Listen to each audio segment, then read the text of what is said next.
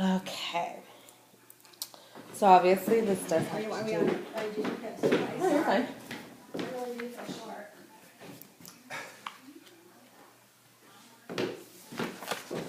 I've been doing With the rolling chair, you can really feel tall. Okay.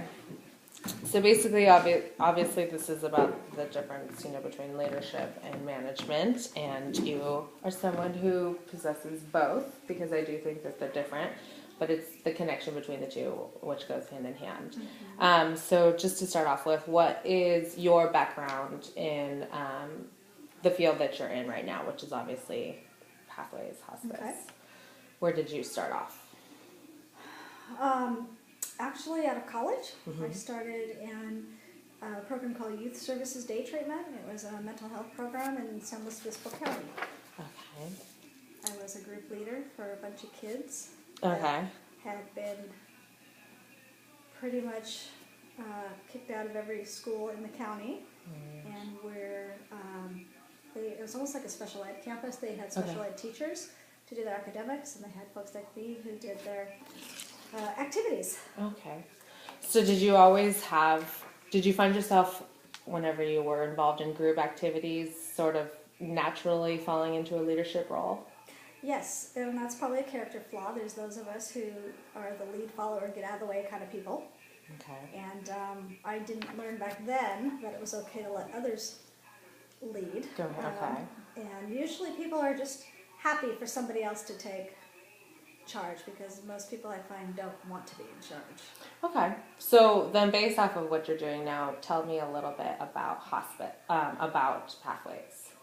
I will, but there's a big faction in between that plays into where I am now, and that was from the youth services, my YMCA career. Okay. Because I really did learn a lot about management and leadership and volunteer management there. Mhm. And when people are volunteering and working for free, you definitely need to have leadership skills because you're not paying them.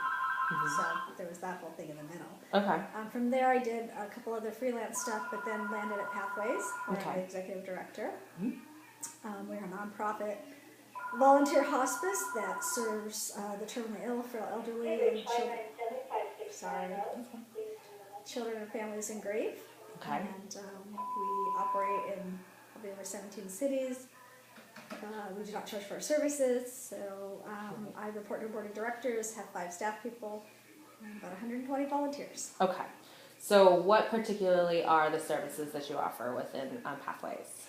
We offer patient companions for folks that are suffering from some sort of chronic illness. Okay. We offer hospice companions for people with terminal illnesses, and we partner with Medicare survey programs to provide the nursing team, but we do case management and kind of social services of those type of things. And then we do grief counseling Okay. for children and families. The members, right? Obviously. What part of it is most exciting for you? What part gives you the most fulfillment of the services? If you had to choose just one aspect of it. I think it's more of it transcends all programs. It's not one particular program, because it's truly just making a difference in the lives of others. And that could be in any one of our programs. Absolutely. Okay, great. Did you have any experience with a hospice program before you were directing the particular I did as a company? family member. Okay. I was on the recipient end of it. I had to take care of my dad, who had cancer for on and off for 10 years, and went through 2 lung surgeries and a brain surgery. And finally, after the last surgery, it was metastasizing again. So it was recommended that he look at a hospice situation. And since I was the only family member in town to take care of him, I was in charge of his care. Okay. So yes, I walked through it as a family. Wow. Okay, great. So then what would you say, just having, obviously, what steps did you take in order to become this particular leadership role at Pathways? Would you say that it was just climbing a ladder of some sorts, or something that you fell into that people recognized and felt that you were the best? Obviously, it made most sense for you to be in this position. Is it something that you wanted and went after and took the time to achieve, or? Definitely was not climbing the ladder. I was at a period in my life where actually I was not working. I was in between positions, which was the time that my dad was sick. Okay.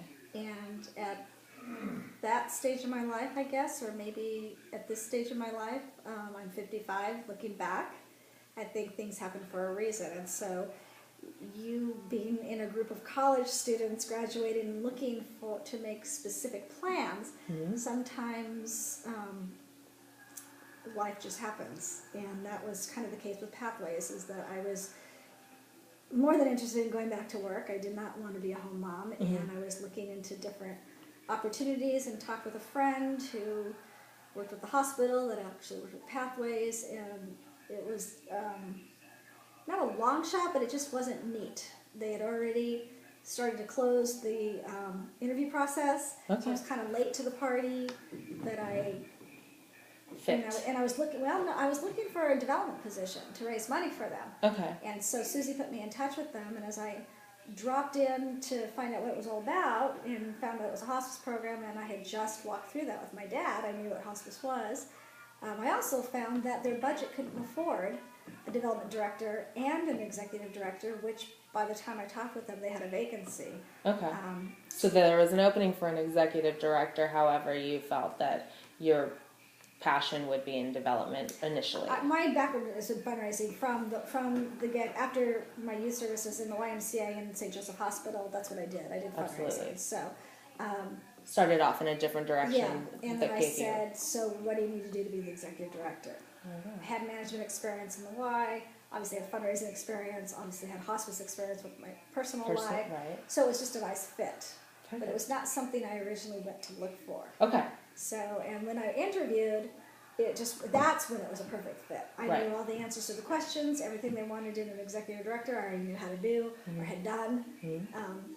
So it just seemed like a nice fit. So it sounds like there's a lot of different facets that play into the gradual state of becoming a leader / your management I think position. so. There's a lot of history before I got to that point that formed those characteristics, if you will. Okay, so from management to leadership to whatever you want to call it. right, to be platonic for the class, what would be your definition of a leader? What good, not good or bad, but a leader? A leader is someone who can paint a vision that others will buy into Okay, and follow. follow.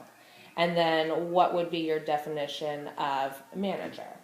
Someone who's skilled at organizing, problem solving, but not necessarily visionary. Right. So would you say that it takes a good leader to be a manager, or someone who has good management skills to be a leader? Well, that's a personal opinion. I don't know what the textbooks say. No, Frankly. this is No, according to you. seriously, because No, I there's know that. because there's leadership classes, and I actually just went to a leadership conference with my chair, and the Mick Euclasia Center for Leadership at Cal State Long Beach. He puts it on, and it was really interesting. Although it wasn't new information, it was validation of what we should be doing. Doesn't mean we're doing it, but we should be doing Right. it. So the difference, or what you asked, no, one does not make the other, except that a good leader does not necessarily have to be a good manager, from what my experience shows. Because a good leader knows how to empower people to do the things that they are not skilled at. Right. But a manager may not have the characteristics to be a good leader, in the fact that they don't know how to paint the picture. More paint the vision, administrative skills and empower people to be the best they can be. Okay, so you would say then a leader could be someone within a lower subsection of, right, and they inspire the people around them to follow suit in what they may do. Absolutely. So then would you say there's like a secret to creating that positive inspiration? Like, would you say that there's what is it in that person that makes people want to follow them? Probably a passion for what they're doing. Do you think obviously ethics plays into it, or?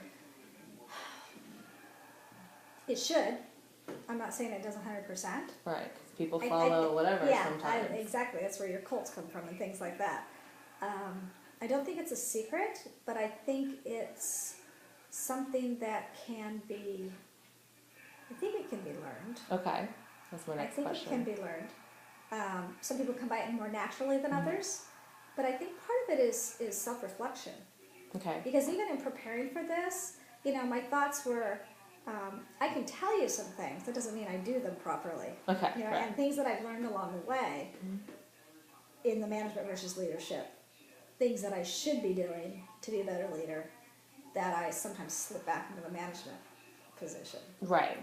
Do And you so, get that way because of feedback from other people, or you notice progress not happening, things not moving forward the way that you want them when to? you notice things are not moving how you want them to move, that means you're not. I personally take it as that means I'm not doing a good job of leadership. Leadership, not management. Right. Okay. Right. Okay. And then you slip back into the management mode when you don't see things going.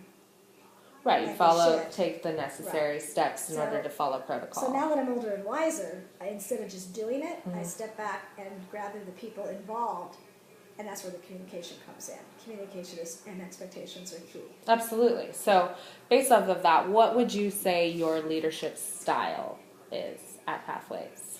Are you, I mean, Do you is have it examples? autocratic? Is it democratic? Do you constantly ask for feedback from those? Do you work side by side with a lot of the people? Do you, like you have a team Yeah. at Pathways, and then you have a board at Pathways.